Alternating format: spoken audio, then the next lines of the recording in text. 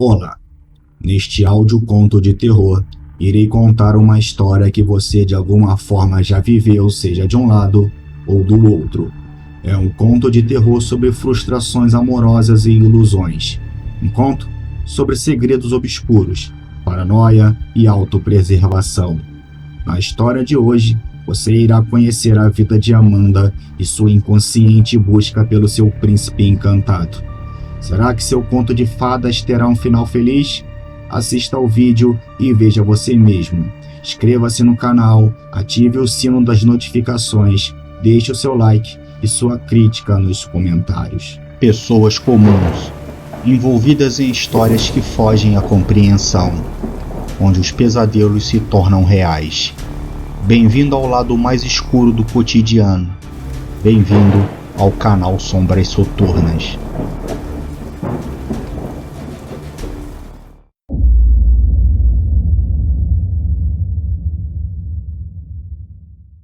Amanda havia se esforçado tanto para que o relacionamento fosse até o fim, mas apenas o esforço dela não foi o suficiente, pois Bruno nunca havia colocado na cabeça que vivia em um, apesar de todas as declarações e promessas de um futuro a dois.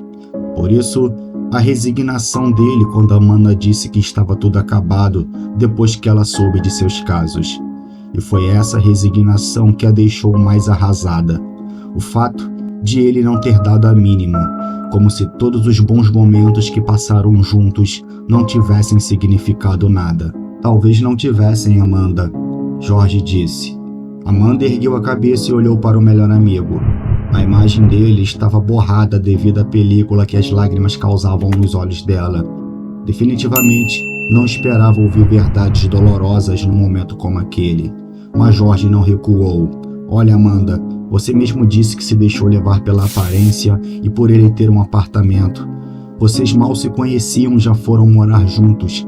Sabe o que eu acho? Eu acho que você teve sorte, pois podia ter estado sob o mesmo teto de um homem violento e até mesmo de um assassino. Amanda achava que o amigo estava exagerando. Jorge era um cara com pensamentos tão antigos como o próprio nome. Nunca entrou na cabeça dele que os relacionamentos modernos consistem justamente nisso. Juntar as escovas de dente, mesmo que você conheça o mínimo da pessoa. Mas havia uma coisa nas palavras de Jorge que ela não percebia: mágoa. Ele sempre foi apaixonado pela melhor amiga e nunca escondeu isso nem mesmo dela. Mas Amanda sempre usava a amizade como desculpa. Certa vez, alguém havia perguntado se eles namoravam.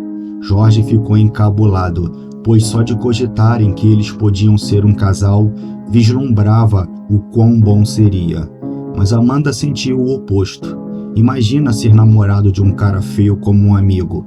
É claro que ela nunca admitiria aquilo para ninguém, mas precisava? Não, somos só amigos. A resposta rápida, como se o imediatismo anulasse a mínima dúvida de que ela e Jorge pudessem ser um casal, deixava a perspectiva bem clara. Amanda ficou com raiva de Jorge e disse que não queria mais vê-lo, e eles ficaram sem se falar por quase 2 semanas. Mas o amigo enxergou uma oportunidade e lhe pediu desculpas. Amanda e Jorge quase sempre se encontravam para conversar. A paixão que antes havia adormecido nele despertara com força, pois a possibilidade de que a amiga finalmente lhe daria uma chance era real.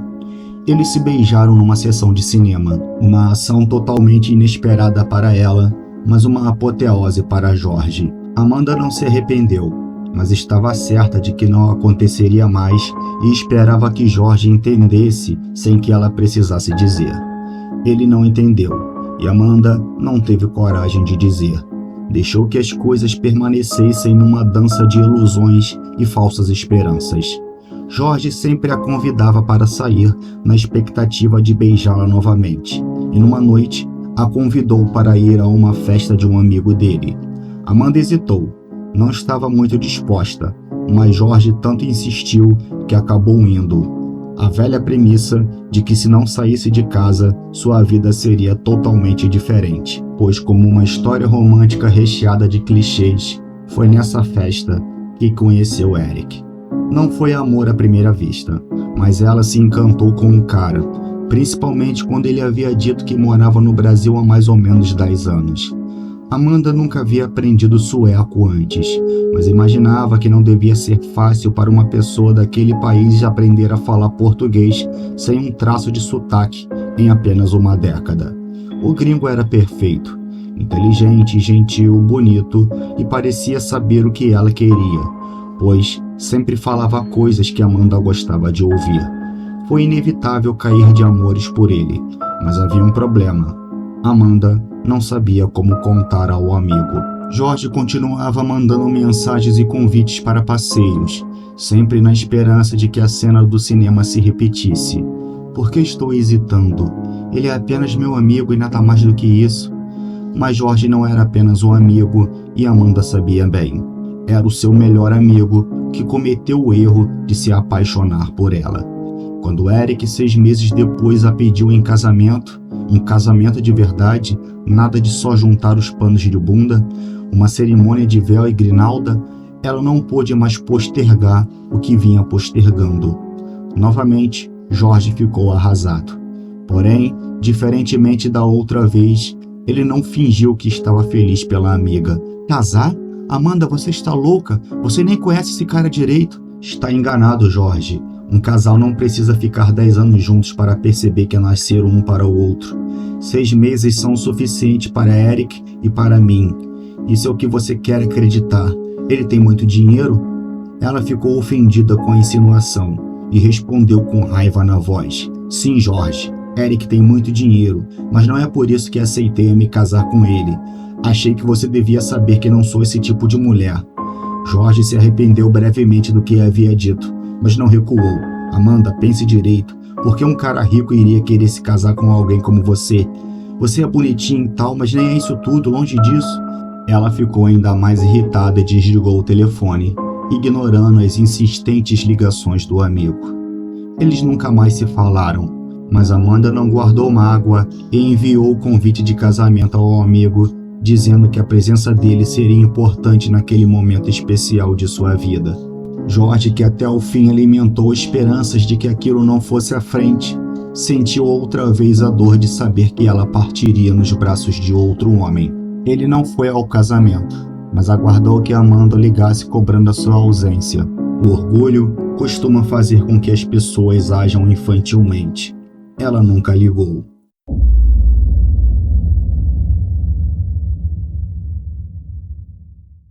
A cerimônia foi simples e íntima. Amanda havia perguntado a ele se viria algum parente da Suécia e Eric respondera que não tinha mais parentes. A lua de mel foi incrível. Amanda até 1 ano atrás jamais imaginou que conheceria Paris e outras cidades da Europa. Ela se impressionou como o marido falava todas aquelas línguas perfeitamente. Toda menina sonha em se casar com um príncipe encantado. Conforme vai crescendo, percebe que príncipes encantados não são como os dos contos de fadas, mas homens bonitos, inteligentes e bem-sucedidos. Amanda, por mais que negasse, sempre foi atrás de seu príncipe entre aspas. Achou que tinha encontrado em Bruno, mas o tempo provou que ele estava mais para um bobo da corte. A decepção lhe deu uma nova perspectiva de enxergar o mundo, sobretudo os homens. Ela estava prestes a acreditar que Jorge estava certo, que não devia mais se deixar levar pelas aparências e pelas posses. Então conheceu Eric. Mais do que um príncipe encantado, ele era um cavalheiro. Um homem que imaginava como perfeito e que custava acreditar que pudesse existir. O tempo então provava a ela que a espera e a busca pelo príncipe encantado tinham valido a pena. Algumas verdades se tornam verdades pela repetição e não pelos fatos propriamente. Muitas vezes se tornam absolutas e incontestáveis. Amanda estava pronta para que a magia acabasse e o casamento começasse a oscilar entre bons e maus momentos. Mas 4 anos passados e Eric continuava o mesmo homem presente e atencioso do início do namoro. De repente, aquilo passou a incomodá-la. A verdade absoluta causada pelo discurso repetido se tornou algo que devia fazer parte da vida a dois. 4 anos era tempo suficiente para que tivessem uma discussão ou até mesmo uma briga que obrigasse Eric a passar uma noite no sofá. Ela se perguntava se tal coisa podia ser saudável. Achava que não. Uma noite, o recebeu de cara fechada e dormiu sem ao menos lhe desejar boa noite. Eric trabalhava numa empresa importante e às vezes não tinha hora para voltar. O dia seguinte, após a estranha reação da esposa, seria mais um. Contudo, Amanda havia chegado mais cedo do trabalho e mal pôs as coisas sobre a mesa e teve que atender a campainha. Um imenso buquê de flores fora entregue a ela junto de um bilhete que dizia: "Desculpe por tê-la deixado chateada. Espero que essas flores ajudem a deixar o seu dia melhor." Claro que a surpresa havia deixado o dia dela melhor, e Amanda ficou acordada até tarde para esperá-lo e recebê-lo como devia ter recebido na noite anterior. Eles fizeram amor. Eric nunca estava cansado demais para procurá-la. Por uma semana, a perfeição do marido não a incomodou. Contudo, as perguntas voltaram. Por que ele era perfeito? Será que escondia uma coisa e para que ela não desconfiasse a tratava como uma rainha? Se escondia, devia ser algo bem grave, e logo o espectro de Jorge, o ex-amigo que ela não via há bastante tempo, voltou a assombrá-la. "Você nem conhece esse cara direito?" "Não, isso é paranoia. Não tem nada de errado com ele", dizia a si mesma.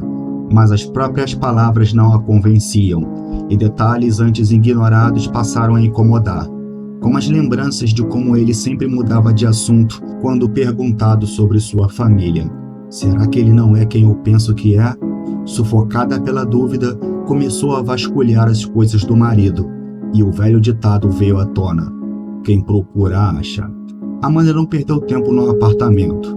Eric a havia deixado por trás da compra e da reforma do local, e ela conhecia cada espaço ali. Não havia nenhum lugar que ele pudesse esconder um diário ou qualquer outra coisa, mas podia ter algo no guarda-móvel onde ele havia deixado as coisas antes da mudança. Ela foi até lá, perguntando-se se era mesmo necessário fazer o que estava fazendo. A voz racional de sua mente dizia que não. Seu marido não tinha nada a esconder. Ele sequer se importava com o celular largado no criado-mudo ao lado da cama. E por 2 vezes, Amanda não resistiu à tentação e futricou. Mas outra voz dizia que ela precisava verificar. Não poderia ter paz se não o fizesse. Ela hesitou em entrar no guarda-móveis. 1000 coisas se passaram em sua cabeça em tão pouco tempo. Amanda ficaria arrasada se achasse alguma coisa que levasse até uma outra família que tinha Eric como chefe. Ela sabia que havia muitos casos assim, homens que viviam uma vida dupla enganando mulheres e crianças. Acabou sendo forte e entrou. Não havia muita coisa lá dentro. Algumas caixas que guardavam objetos sem importância financeira, mas de algum valor sentimental para Eric. Amanda sentiu um misto de frustração e alívio ao não encontrar nada. Novamente, um lado dela dizia para esquecer aquela obsessão tola e curtir o casamento perfeito que tinha. Dessa vez, essa parte de sua consciência teve voz. Ela concordou que era a melhor coisa a se fazer. O interior do guarda-móvel estava uma bagunça, com tanta coisa espalhada, e Amanda não sabia a que caixa cada objeto daquele pertencia. No fim, achou que Eric não ia notar que estariam fora do lugar, e foi no guardar das coisas que ela percebeu. Uma caixa vazia não podia pesar como estava pesando. Com o coração batendo acelerado e com as mãos trêmulas, ela encontrou no fundo falso da caixa um álbum de fotografias.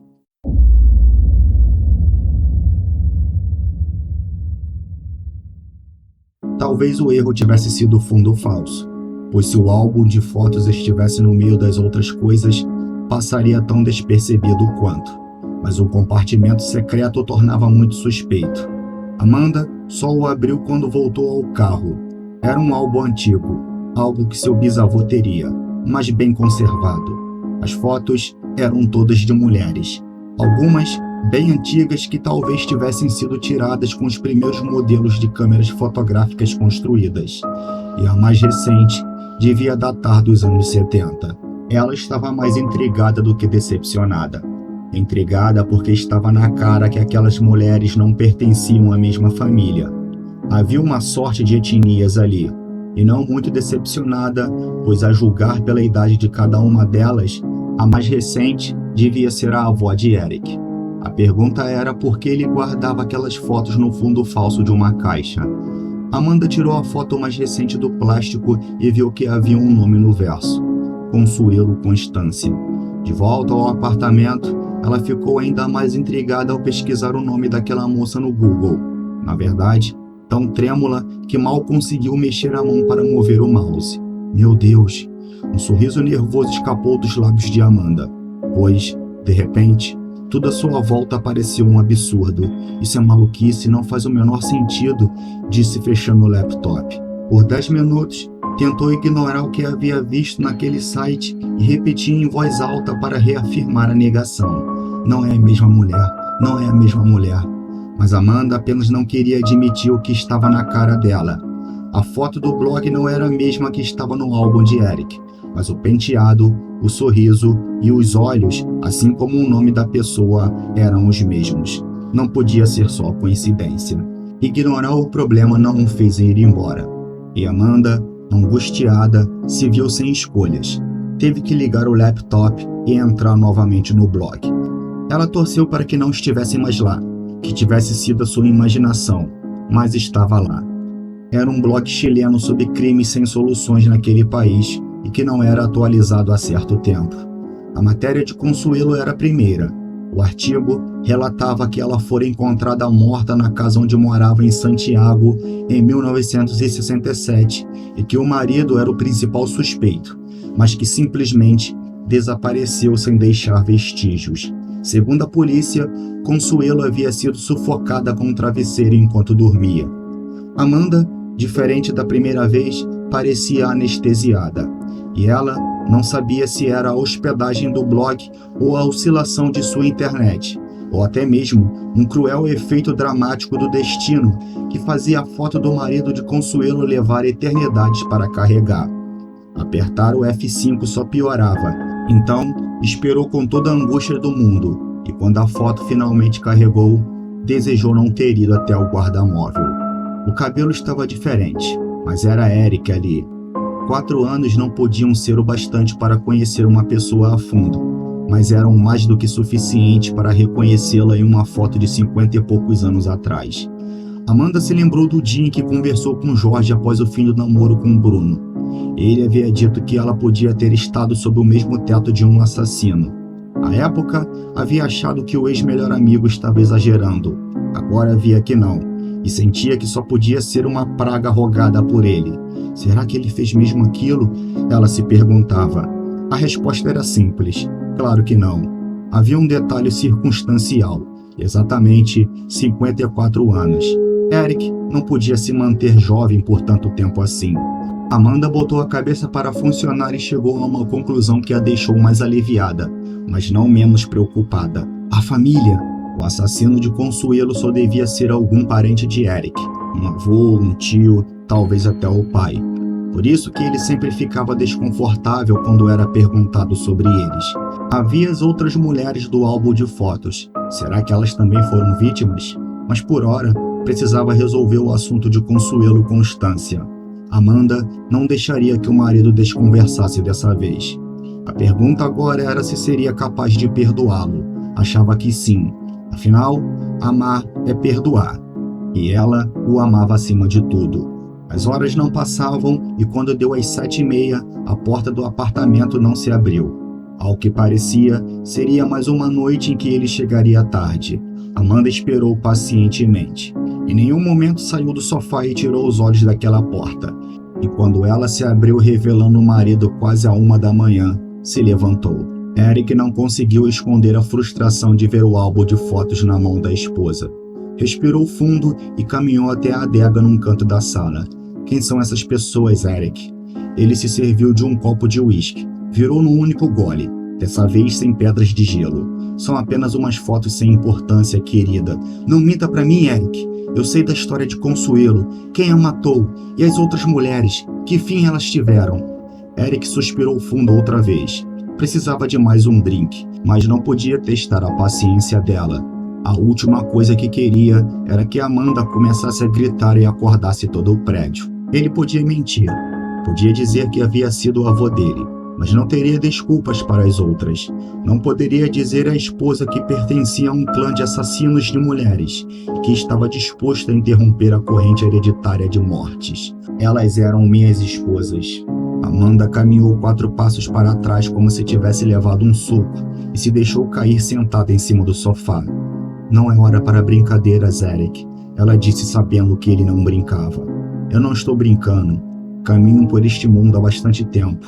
Vi a história acontecer e participei dela algumas vezes. Você é imortal por acaso? Não, mas minha espécie envelhece de uma forma mais lenta. Espécie? Que tipo de espécie? Amanda perguntou. Ela não acreditava que estava tendo aquele tipo de conversa com o marido. Parecia um sonho louco, do tipo em que a pessoa acorda aturdida, mas que dá uma boa risada quando conta para alguém horas depois. Era isso. Tudo que estava vivendo era um sonho que não via a hora de acabar para poder contar a Eric. Querido, sonhei que você era uma espécie de homem que não envelhecia, mas a resposta dele a fez perceber que não se pode acordar da realidade. Eu não sei. Por anos tentei entender a minha própria natureza. Talvez eu seja um acidente genético, uma aberração divina ou uma nova espécie. Vai saber. Mas a verdade é que todas essas mulheres foram minhas esposas. Você as matou? Amanda não soube de onde havia tirado coragem para fazer essa pergunta. Sim, Eric respondeu com dor no coração. Meu Deus, por quê? Autopreservação, Amanda. Eu não posso me expor com a mesma aparência enquanto minhas mulheres envelhecem. Fui caçada há bastante tempo por isso. Então, eu as mato quando completam 40 anos. Amanda não sabia como reagir. Tinha 28 anos e teria mais 12 de um casamento maravilhoso até ele a matar. Não, isso não pode ser verdade, ela murmurava. Os olhos distantes tentavam buscar a compreensão em algum lugar do passado. Infelizmente é verdade, Amanda. E eu lamento muito que tenha que acabar tão cedo. Quando ela se deu conta, Eric já estava de pé à sua frente.